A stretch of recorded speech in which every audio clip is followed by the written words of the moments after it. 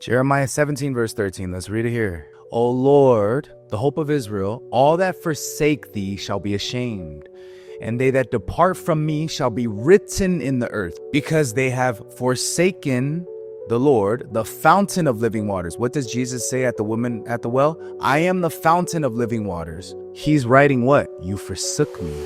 And that's why when you focus, that's why he says, those of you without sin cast the first stone. And it says from the youngest to the oldest departed. What does that mean?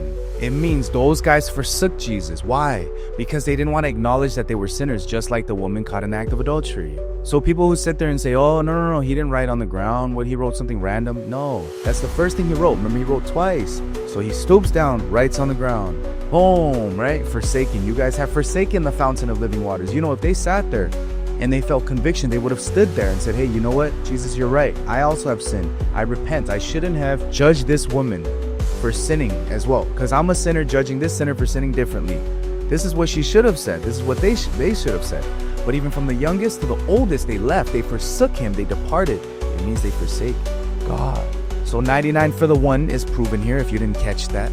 It means he went for the sinners, the true sinners, not the ones who claim to be sinners, but act like they're better than other people. So this is all salvific. Why?